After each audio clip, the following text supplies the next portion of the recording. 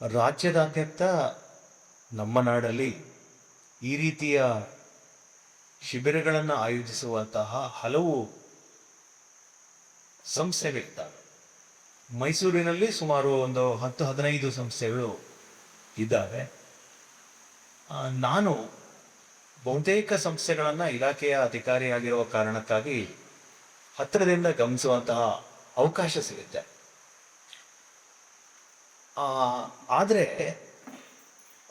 ಬಹಳ ಸಂದರ್ಭಗಳಲ್ಲಿ ನಾನು ಗಮನಿಸಿದ್ದೇನಂತಂದರೆ,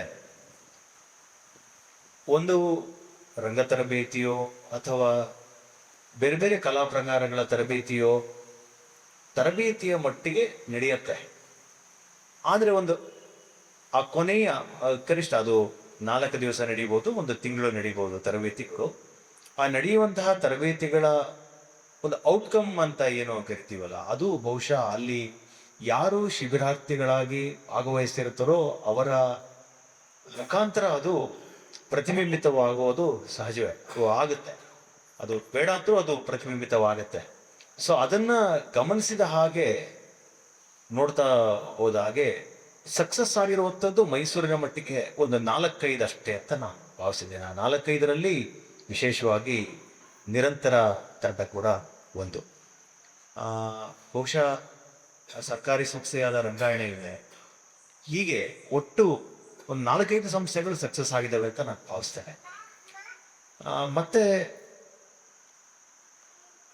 ವಿಶೇಷವಾಗಿ ಅಭಿಮುಖ ಶೀರ್ಷಿಕೆ ಏನಿದೆ, ನಮ್ಮನ್ನು ನಾವು ಎದುರುಗೊಳ್ಳುವಂತಹ ಬಗೆಯನ್ನ ನಮಗೆ ಕಲಿಸುವ ವ್ಯಕ್ತಿಗಳು ಅಥವಾ ಆ ತಂಡ ಯಾವುದಿದೆಯೋ ಅದೆಷ್ಟು ಸಮರ್ಥವಾಗಿದೆ ಅನ್ನೋದು ಬಹಳ ಮುಖ್ಯ ಆಗುತ್ತೆ. ಆ ನಿಟ್ಟಿನಲ್ಲಿ ಕೂಡ ಬಹಳ ಸಮರ್ಥವಾದಂತಹ ತಂಡ ನಿರಂತರ ತಂಡ. ಈ ದೃಷ್ಟಿಯಿಂದ ಬಹುಶಃ ನಿರಂತರದ ಸಹಜ ರಂಗದ ಸಾಗರಕ್ಕೆ ಬಹುಶಃ ಈ ಹಲವು ದಶಕಗಳಿಂದ ಸೇರ್ತಾ ಇರುವಂತಹ ಎಷ್ಟೋ ನದಿಗಳಿಗೆ ಇನ್ನೊಂದಷ್ಟು ನದಿಗಳು ಈ ವರ್ಷ ಸೇರ್ಲಿಕ್ಕೆ ಬಂದಿದೆ. ಖಂಡಿತವಾಗ್ಲೂ ಅದು ಒಳ್ಳೆಯ ದಿಕ್ಕಿನಲ್ಲಿ ಆ ನದಿಗಳು ಸಾಗಿ ಸಾಗರವನ್ನ ಖಂಡಿತವಾಗ್ಲೂ ಸೇರಿ ಯಶಸ್ವಿಯನ್ನ ಹೊಂದುತ್ತಾರೆ ಅಂತ ನಾನು ಭಾವಿಸಿದ್ದೇನೆ. ಮತ್ತೆ ಬಹಳ ಮುಖ್ಯವಾದಂತಹ ಸಂಗತಿ, ಇಲ್ಲಿ ಇಂತಹ ಒಂದು ಶಿಬಿರಗಳು ಕೇವಲ ಯಾವುದೋ ಒಂದು ಕಲಾ ಪ್ರಕಾರವನ್ನ ಕಲಿಸುವುದಕ್ಕಷ್ಟೇ ಸೀಮಿತವಾಗದೆ ನಮ್ಮ ವ್ಯಕ್ತಿತ್ವವನ್ನ ಸಮಾಜಮುಖಿಯಾಗಿ ರೂಪಿಸಿಕೊಳ್ಳುವಂತಹ ಚಟುವಟಿಕೆಗಳನ್ನ ನಡೆಸುವ ಜವಾಬ್ದಾರಿಯೂ ನಮ್ಮ ಮೇಲೆ ಇತ್ತು. ಆ ಕೆಲಸವೂ ಬಹುಶಃ ನಾನು ಈ ಯಶಸ್ವಿಯಾಗಿರುವಂತಹ ಒಂದು 4-5 ಸಂಸ್ಥೆಗಳು ಅಂತ ನಾನು ಹೇಳಿದೆ, ಅವುಗಳ ಮುಖಾಂತರ ಆಗಿರೋದನ್ನು ಕೂಡ ನಾನು ಗಮನಿಸಿದ್ದೇನೆ ಬಹಳ ವಿಶೇಷವಾಗಿ. ಆ ಕಾರಣಕ್ಕಾಗಿ ನಾನು ಮತ್ತೊಮ್ಮೆ ಈ ಸಂದರ್ಭದಲ್ಲಿ ಈ ಒಂದು ಇಡೀ ನಿರಂತರ ತಂಡವನ್ನು ನಾನು ಅಭಿನಂದಿಸ್ತಾ, ನಿಮ್ಮ ಮುಖಾಂತರ ಬರಲಿರುವಂತಹ ಒಂದು ಪ್ರೊಡಕ್ಷನ್ ಏನಿದೆ ಅದು ಅತ್ಯುತ್ತಮವಾಗಿ ಮೂಡಿ ಬರಲಿ.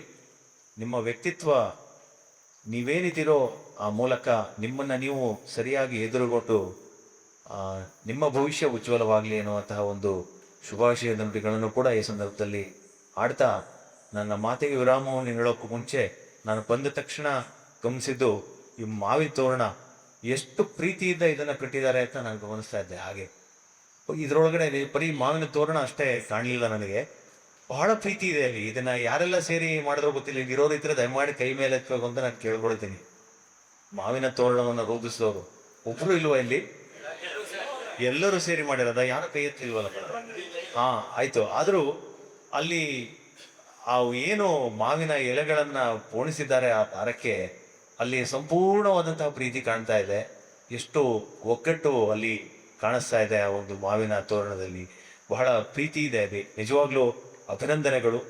ಈ ಶಿಬಿರ ಯಶಸ್ವಿಯಾಗಲಿ, ಉತ್ತಮವಾದಂತಹ ನಾಟಕ ಇದರಿಂದ ಹೊರಹೊಮ್ಮಲಿ. ಅಷ್ಟೇ ಅಲ್ಲದೆ ಇಲ್ಲಿ ಬಂದಿರುವ ಬೇಡಾತರು ಮುಂದಿನ ದಿನಗಳಲ್ಲಿಯೂ ನಿರಂತರದ ಜೊತೆಗೆ ಈ ಎಲ್ಲರೂ ಕೂಡ ಕೈ ಜೋಡಿಸ್ಕೊಂಡು ಹೋಗೋದು ಇದ್ದೇ ಇರುತ್ತೆ, ಅದು ನಾವು ಗಮನಿಸಿದ್ದೇವೆ ಯಾವತ್ತು.